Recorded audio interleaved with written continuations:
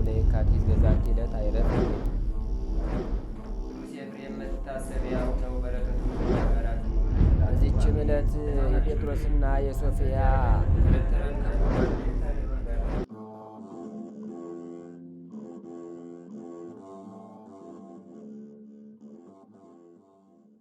በስመ አብ ወወልድ ወመንፈስ ቅዱስ አሐዱ አምላክ። ሐሙሱ ለየካቲት በዛቲ ዕለት አይረፈ አብ ቅዱስ አክርጵዮስ።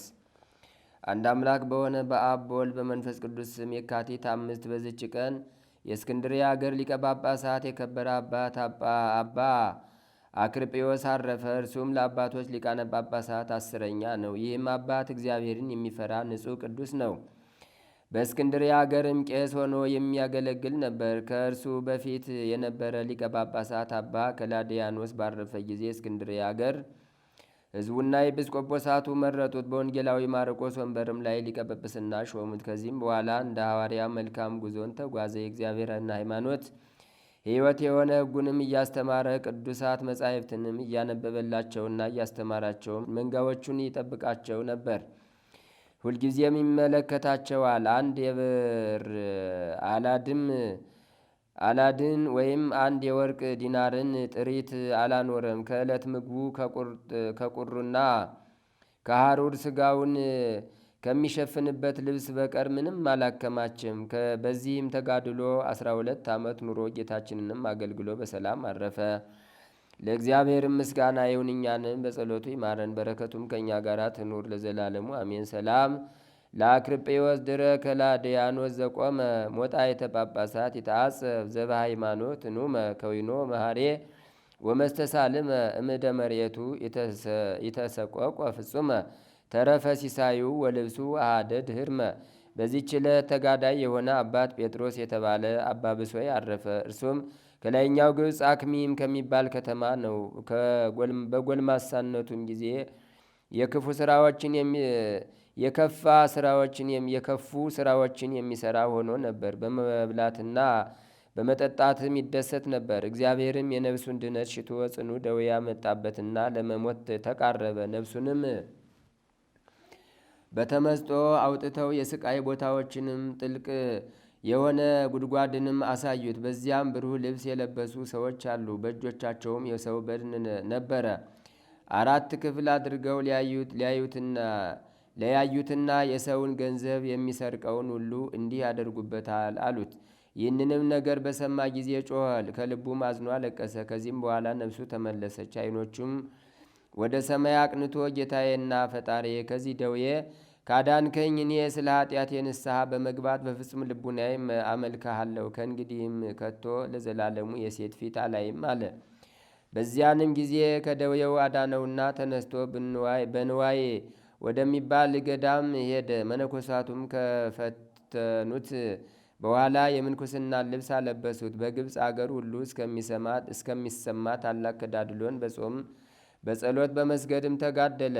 ከሁሉ በላይም ከፍ ከፍ አለ። ለመነኮሳትም ትምህርት የሚሆኑ የሚጠቅሙ ድርሳናትን ተግሳጽን ደረሰ። አንድ ጊዜም እንጀራ ሳይቀምስ ውሃ ሳይጠጣ 1 ወር ጾመ። እንዲህም እየተጋደለ 38 ዓመት ያህል ኖረ። መላዋንም ሌሊት በጸሎትና በስግደት በመትጋት ቁሞ ያድራል። ሰዎች የሚሰሩት ሁሉ ጻድቅም ቢሆን ኃጢአተኛውም ቢሆን በፊቱ ግልጥ ሆነ። ከዚህም በኋላ ጥቂት ታመመና በሰላም አረፈ። ለእግዚአብሔር ምስጋና ይሁን፣ እኛንም በጸሎቱ ይማረን፣ በረከቱም ከእኛ ጋር ትኑር ለዘላለሙ አሜን። ሰላም ለብሶይ ጴጥሮስ አሃ ዘተሰምየ ኮነኔ ሰራዊ በህልሙ ሶበነጸረ ወርእየ ሀዲጎ ዘትካት ምግባሮ እኩየ እንዘይፈድ ብጻቶ በከመ ውእቱ ጸለየ በመዋይለ ጾሙ እጥመ ህብስተ ወማየ። በዚችም ቀን መነሳንሱ የወርቅ የሆነ ጻድቁ አባ ኖብ አረፈ። በረከቱም ከእኛ ጋር ትኑር ለእግዚአብሔር ምስጋና ይሁን አሜን። ሰላም ለኖብ መነሳንሱ ዘወርቅ ሰዳዴ አጋንንት በጽድቅ ይጸሊ ሊተ ይእዜ ምሕረተ ለውሉደ ጥምቀት ደቂቅ አመምጻቱ ለክርስቶስ ወስባቴው መብረቅ እይርከበነ በጸጋም ወዲቅ። በዚችም ዕለት በአስቄጥስ ገዳም በሰማዕትነት የሞቱ የ49 መነኮሳት መታሰቢያቸው ነው። የሮሜ ሊቀ ጳጳሳት የአቡሊድስ መታሰቢያው ነው። ዜናውም በዚህ ወር በስድስት ተጽፏል። ደግሞ የቡላ የአሞኒ የብሎይ እናት የአበያ መታሰቢያቸው ነው። በረከታቸውም ከእኛ ጋር ትኑር፣ ለእግዚአብሔር ምስጋና ይሁን አሜን። ሰላም እብል ለፍልሰተ ሥጋሆሙ ቅድስት በደብረ መቃርስ መቃሬ ወሰአብ ሀበታ አንጸት በአት አርባአ ወተሳቱ ሰማይታ ሰረጸ ሎሙ ብንያሚን በመካኖሙ እውቀት በዓለ ፍልሰቶሙ ዘገብረ በዛቲ ዕለት ሰላም ለከ አቡሊድስ አቡነ ዘደለወከ ትሰመይ መምህረ ዓለም ካህነ መልዕልተ ቀላይ በድንከ ሶበጸለለ ዳይነ አስተሃፈረ ወሐሰረ ዘወገሩከ እልዋነ በውስተ እግርከ አሲሮሙ እብነ። በዚችም ቀን አስቀድሞ ራሱን ለኃጢአት አስገዝቶ የነበረ ጽኑ ተጋዳይ አባ ብሎይ አረፈ። ይህም የበጎች አርቢ ራሱን ለሰይጣን በማስገዛት ከኃጢአት ሥራ ምንም የቀረው የለም። ያመነዝራል፣ ይሰርቃል፣ ይቀማል፣ ይገድላል። በዚህም የሰይጣንን ሥራ እየፈጸመ 40 ዓመት ያህል ኖረ። ያን በአንዲት ዕለት ከቀኑ ኩሌታ ከበጎቹ ጋር በዱር ውስጥ ሳለን ነው የመውለጃዋ ጊዜ የደረሰ ያረገዘች ሴትን አየ። ሰይጣንም በልቡ ክፉ ሐሳብን ጨመረ፣ እንዲህም አለ፣ የተረፈችኝ ኃጢአት አንዲት አለች። እርሷ ያረገዘች ሴት ሆዷን ሰንጥቄ በእናቱ ሆድ ሕፃኑ የሚተኛበትን አይ ዘንድ ነው። ያን ጊዜም ተወርውሮ ሄደ፣ በራሷ ጠጉር ይዞ ከምድር ላይ ጣላት። ሾተልም አንስቶ ሆዷን ሰነጠቀ። ሕፃኑንም በማኅፀኗ ውስጥ እንዴት ሆኖ እንደተኛ አየው። እርሷም በጻዕር ተጨንቃ አስቀድማ ሞተች። ሕፃኑ ግን በጻዕር እየተሰቃየ ብዙ ቆይቶ ሞተ። በግ አርቢውም የሰራውን ይህን ታላቅ ኃጢአት ተመልክቶ ደነገጠ፣ እጅግም አዘነ። መራራ ልቅሶንም በማልቀስ ታላቅ ኃጢአትን ሰርቻለሁና ወዮልኝ አለ። በዚያንም ጊዜ በጎቹን እንደተበተኑ ትቶ በእጁ በትሩን ብቻ ይዞ ወደ አስቄጥስ ገዳም እስከሚደርስ እያለቀሰ ተጓዘ። ወደ አረጋውያን መነኮሳትም አልገባም። ከእርሳቸው 10 ምዕራፍ ያህል ርቆ ወደ በረሃ ውስጥ ገባ እንጂ በቤት ውስጥም አያድርም ነበር። ከአራዊት ጋር የሚኖር ሆነ እንጂ ከእጽዋትም ፍሬ በየጥቂቱ ይመገብ ነበር። ከእንባ ጋርም እየጮኸ አቤቱ በደልኩ፣ ክፉ ስራንም ሰራው፣ ይቅር በለኝ፣ እኔ ኃጢአተኛ የሆንኩ ክፉ ባሪያ ነኝና። አንተም ቸር አምላክ ይቅር ባይ አባት ነህና የማይበድል ባሪያ የማይምር ጌታ የለምና ይቅር በለኝ። እንዲህም እየተጋደለ 40 ዓመት ኖረ። ከሌሊት ቁር ከቀን ፀሐይ ሐሩርና ከትኩሳት የተነሳ ስጋው ደርቆ ጠቆረ። ከዚህም በኋላ እንዲህ የሚለውን ቃል ሰማ። ስለ ሴቲቱ ደም ጌታ ይቅር ብሎሃል፣ ጽና፣ በርታ። ይህንንም ያለው እንዳይታክትና ዳግመኛ በኃጢአት ውስጥ እንዳይወድቅ ነው። ይህንንም በሰማ ጊዜ ከ3 ቀን ብቻ በቀር ያችን ዓመት እስከሚፈጽም መሪር ልቅሶ እያለቀሰ ተጋድሎውን ጨመረ። እነሆ የእግዚአብሔር መልአክ ከእርሱ 15 ምዕራፍ ያህል ርቆ የሚገኝ ከቶ ሰውን ሳያይ በዚያች በረሃ 70 ዓመት የኖረውን አንዱን ገዳማዊ አንተ ካለህበት ቦታ ወደ ውጭ ሂድ፣ ሽማግሌ ሰው ታገኛለህ። ኃጢአቱን ካመነልህ አጽናናው፣ ኃጢአትህ ሁሉ ስለ ሕፃኑም መገደል ተሰርዮልሃል በለው በማለት አዘዘው። በዚያንም ጊዜ ያ ገዳማዊ ሄዶ አገኘው። እርስ በርሳቸውም ሰላምታ ተሰጣጡ። እርሱ እብሎይ ግን ያለማቋረጥ ያለቅስ ነበር። ገዳማዊውም የሰራኸውን ንገረኝ፣ በምን ምክንያትስ ወደዚህ መጣህ አለው። እርሱም ሁሉን ነገረው። ያረገዘችዋንም ሴት ሆዷን እንደሰነጠቀ ነገረው። ገዳማዊውም ኃጢአትህ ሁሉ ተሰርዮልሃል፣ አባቴ ሆይ ደስ ይበል፣ ነገ የእግዚአብሔር መልአክ ወደ አንተ መጥቶ የክርስቶስን ሥጋውና ደሙን ያቀብልሃል አለው። የቀዳሚት ሰንበት ዕለትም በነጋ ጊዜ ከቶ እንደርሱ ሆኖ የማያውቅ ጣፋጭ ሽታ ሸተተ።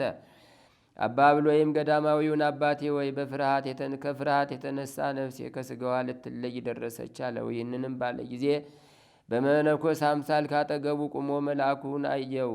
እርሱም ተቸገርኩ፣ እግዚአብሔርም አዳነኝ። ነፍሴ ወይ ወደ እረፍትሽ ተመለሺ፣ እግዚአብሔር ረዳትሽ ነውና ነፍሴን ከሞት አድኗታልና። ዓይኖቼንም ከእንባ እግሮቼንም በዳጥ ከመሰናከል በሕያዋን አገር እግዚአብሔርን አገለግለው ዘንድ እያለ ይዘምር ነበር። የበጎች ጠባቂ የነበረ አባ ብሎይም ይህን ነገር በሰማ ጊዜ በምድር ላይ ወድቆ እንደ በድን ሆነ። መልአኩም በሰው አምሳል እጁን ዘርግቶ አነሳው። ልቡም ጸንቶ በመልአክ እጅ ከሰማይ የወረደለትን ሥጋውንና ደሙን ተቀበለ። መልአኩም ወደ ሰማይ አረገ። አባ ብሎይም ቁርባኑን በተቀበለ ጊዜ ሰውነቱ ሁሉ እንደ በረድ ጸዓዳ እንደ ፋናም ብሩህ ሆነ።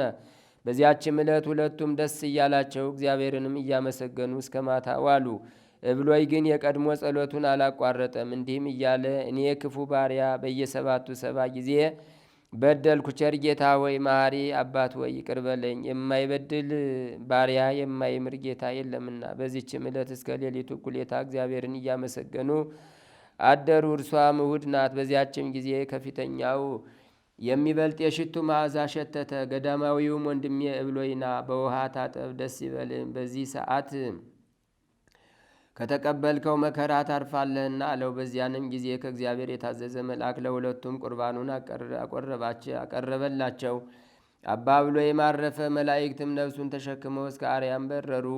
ያ ገዳማዊ እኔ ሽማግሌ ነኝ፣ ሥጋውን መሸከም አልችልም፣ የምቆፍርበት የሌለኝ ምን አደርጋለሁ ብሎ የሚያስብ ሆነ። በዚያንም ጊዜ 2 አንበሶች መጥተው ለሥጋው ሰገዱ። መቃብሩንም ቆፍረው ሥጋውን እንደ ሰው ተሸክመው ወስደው ቀበሩት። ገዳማዊውንም እጅ ነሱት። እርሱም ባረካቸውና በሰላም ሄዱ። ከዚህም በኋላ ያ ገዳማዊ የሚቀብረኝ ያገኝ ይሆን ብሎ አሰበ። ወደ እርሱም እንዲህ የሚል ቃል መጣ። አትዘን፣ ሥጋህን እኔ አስቀብረዋለሁ። ያለ 3 ቀንም አልቀረም። ወደ አንተም 3 ሰዎችን እልካለሁ። የበግ ጠባቂው የአባ እብሎይን ገድል ነገራቸው። እነርሱም ለሌሎች ይንገሩ፣ የእግዚአብሔር ምሕረት ተስፋ እንዳይቆርጡ በኃጢአት ለወደቁ አለኝታ ይሆን ዘንድ። በማግስቱ 3 ሰዎች መጡ። እርሱም የበግ ጠባቂውን የአባ እብሎይን ተጋድሎ ነገራቸው። እነርሱም እጅግ አድንቀው ጻፉት። በገዳማዊውም ዘንድ እስከ 3 ቀን ተቀመጡ። ከዚህም በኋላ ገዳማዊው ተነስቶ ጸለየ፣ ነፍሱንም በእግዚአብሔር እጅ ሰጠ። እነዚያ 2 አንበሶችም መጡ። መቃብርንም ቆፍረው እንደ ሰው ወስደው ቀበሩትና ከእነዚያ 3 ሰዎች ጋር ተጓዙ። ወደ አስቄጥስ ወደ አባ መቃርስ ገዳም እስከሚያደርሷቸው መርተው ወሰዷቸው። ሰዎቹም የሆነውን ሁሉ ለመነኮሳቱ ነገሯቸው። እነርሱም እጅግ አደነቁ። የበግ አርቢው የአባ እብሎይን ገድል ጻፉ። ሁልጊዜም በእሁድ ዕለት የሚያነቡት ሆነ።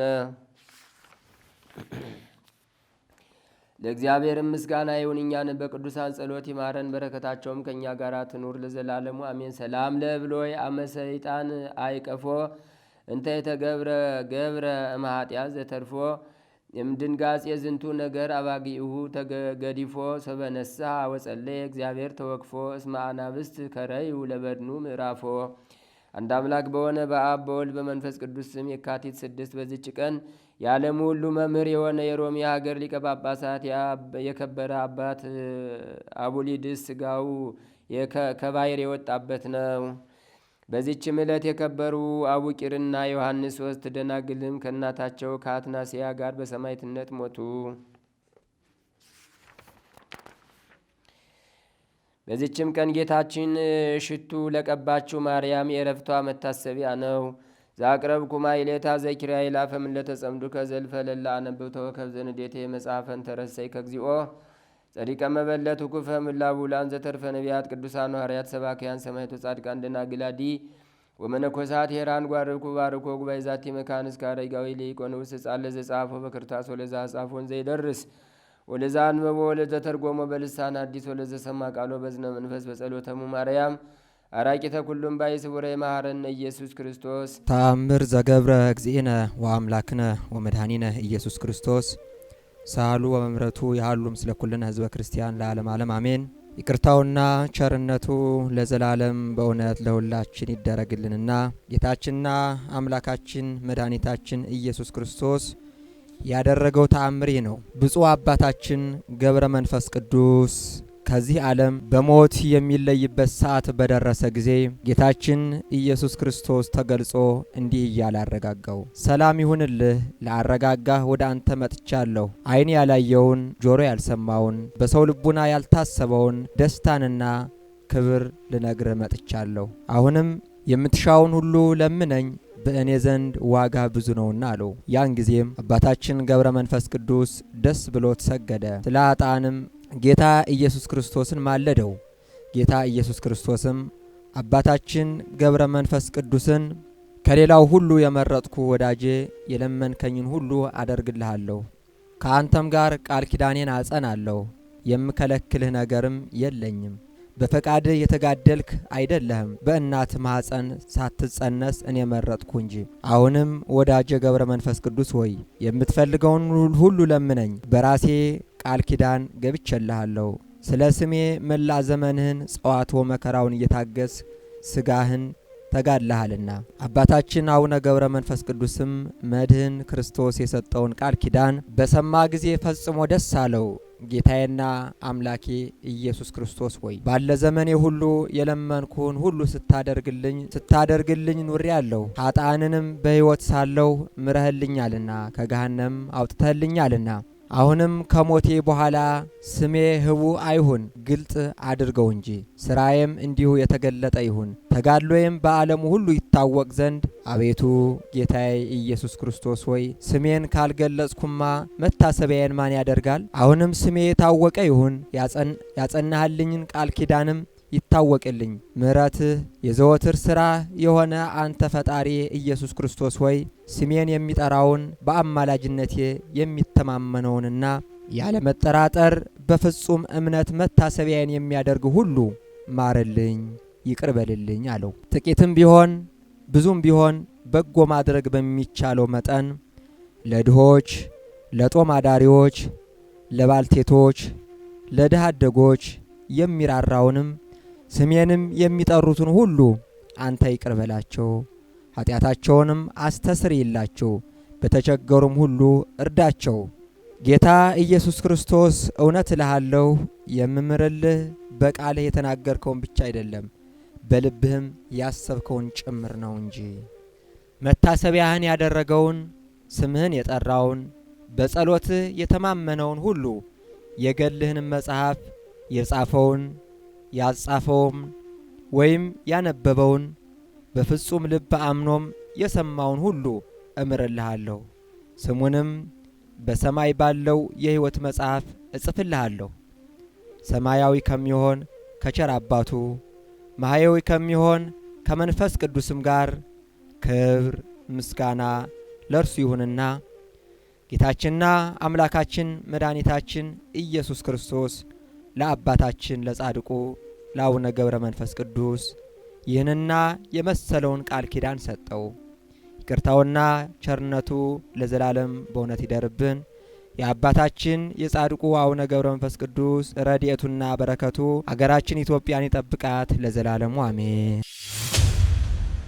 ተደርጎልን እንመሰክራለን ብለን እንዲህ እናደርጋለን ብለን በቤት አንጠፋም ብለን ከመገናኛው ድንኳን ከቅዱሱ ስፍራ የራቅን ብዙ ሰዎች አለን። የበዓል ክርስቲያኖች የሆነን ስለተደረገልን ውለታ የዘነጋን ዝንጋዬ መንፈስ ውስጥ የገባን እግዚአብሔር አምላክ ከዝንጋዬ መንፈስ አውጥቶ የማስታወስን መንፈስ የማስታወስን ልቦና ለኔም ለእናንተም በቸርነቱ ያድለን። ይህ ሰው ዘነጋው ይላል። በስተመጨረሻ መድኃኔ ዓለም ክርስቶስ ሰውን ለማዳን የመጣበትን ምስጢር ሊፈጽም አይሁድ ሲያሳድዱት ሲፈልጉት ሁሉን አዋቂ ነው፣ ሁሉን የሚመረምር ነው። ይሄን ሰው ደግመህ ኃጢአት እንዳትሰራ ብሎታል። የተደረገልህን ውለታ አስበህ መጥፎ ነገር እንዳታደርግ ተመልሰህም በኃጢአት እንዳትያዝ ብሎታል። የሚደንቀው ግን መጨረሻ ላይ ክርስቶስ ሲወነጀል የተወነጀለበት አንደኛው ምክንያት ይህ ሰው መስካሪ ሆኖ ቀርቦ ነው። ምንድነው ምስክርነቱ ቢባል ስለተደረገለት ነገር እልል እንዲባል አይደለም። ያዳነውን ሰዎች የናቁትን እሱ ያልናቀውን ሰዎች ያላከበሩትን እሱ ያከበረውን ለዘመናት ሲሰቃይበት የነበረውን ስቃይ ያስወገደለትን መድኃኔ ዓለም ክርስቶስን አሳልፎ መስጠት ነው። እኔ ለመዳን የቻልኩት ለመዳን የበቃሁት በኦሪቱ በተከለከለው ሕግ ነው። በኦሪት አባቶቻችን በሰሩት መጽሐፍ በሚናገረው በሰንበት ቀን ማንም ቢሆን ወደ እርሻ እንዳይወጣ